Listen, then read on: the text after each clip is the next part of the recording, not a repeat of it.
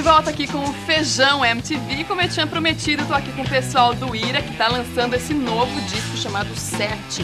Eu queria saber o seguinte, por que vocês demoraram tanto tempo pra gravar esse disco? Afinal, o último que vocês tinham lançado foi em 93, Música Calma para Pessoas Nervosas. Por que essa demora? Bom, a gente, assim, o Música Calma foi um disco que era o último disco do nosso contrato com a antiga gravadora que a gente estava. Inclusive, vocês ficaram 10 anos com a Warner. Exato. Por que essa mudança também? Agora uma gravadora independente. Bom, acho que depois de 10 anos de acertos e desacertos, muitos desacertos, né? A gente achou por bem, assim, pelo bem da banda, mudar os ares, mudar de gravadora. Aí a Paradox ficou interessada, procurou a gente na mesma época que a gente estava no Japão, fazendo uma turnê. Quando a gente voltou do Japão, a gente já tinha essa notícia de que a Paradox poderia ser a futura gravadora do Ira, né? E a gente entrou em contato com eles e foi legal, porque a gente lançou esse disco com o tratamento que a gente estava esperando de uma gravadora, com relação a gente, que é uma banda de 15 anos. Nós temos, dentro desse tempo na Warner, nós temos quase 500 mil cópias vendidas, quer dizer, a gente estava esperando esse momento Ira, né? E surgiu com a Paradox, com esse disco. Certo. Me fala um pouco então sobre o novo disco, como é o repertório? Bom, não quer falar? Não, o repertório tem, além de composições dos membros do grupo, tem algumas versões interessantes. Covers. Tem uma versão de House of Rising Sun, que é uma música que sempre cobraram da gente, por, sei lá, por ter acho que uma afinidade da gente com o som dos anos 60, Animals, Beatles, Stones, né? E a gente acabou fazendo uma versão irada, assim, adrenalinada dela. Fora isso, a gente tem uma versão do Roberto Carlos, que na verdade não é uma música do Roberto Carlos, mas do Renato Barros, dos Blue Caps, né? Que é Você Não Serve Pra Mim. Temos também uma versão das Mercenárias. E por que vocês escolheram essas outras duas?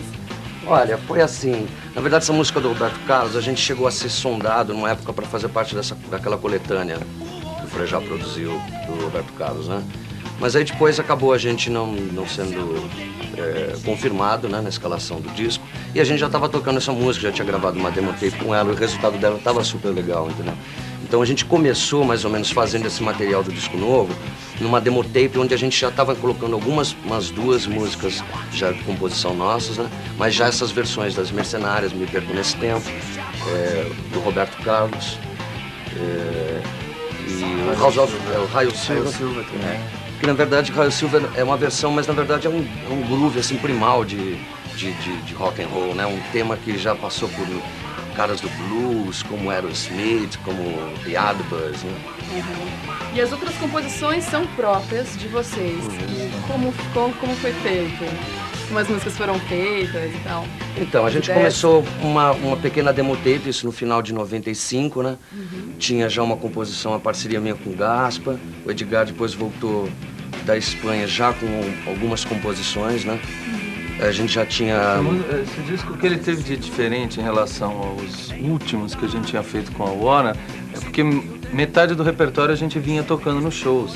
Inclusive nessa turnê no Japão a gente já tinha tocado metade do disco, a gente tocava lá, né? Logo depois pintou o lance de gravar, a gente chegou do Japão, o Edgar voltou, foi pra Espanha, né? Enquanto isso a gente estava aqui em acertos de contrato e tal, enquanto o Edgar foi passar uns dias. Quando ele voltou com mais 3 músicas e a gente tinha umas ideias e tal.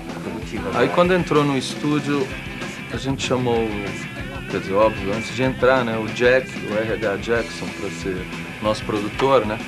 Eu e o Nazi já tínhamos feito um trabalho com o Taíde, o DJ1 com ele e tal. E ele estava produzindo rock and roll e bem, né?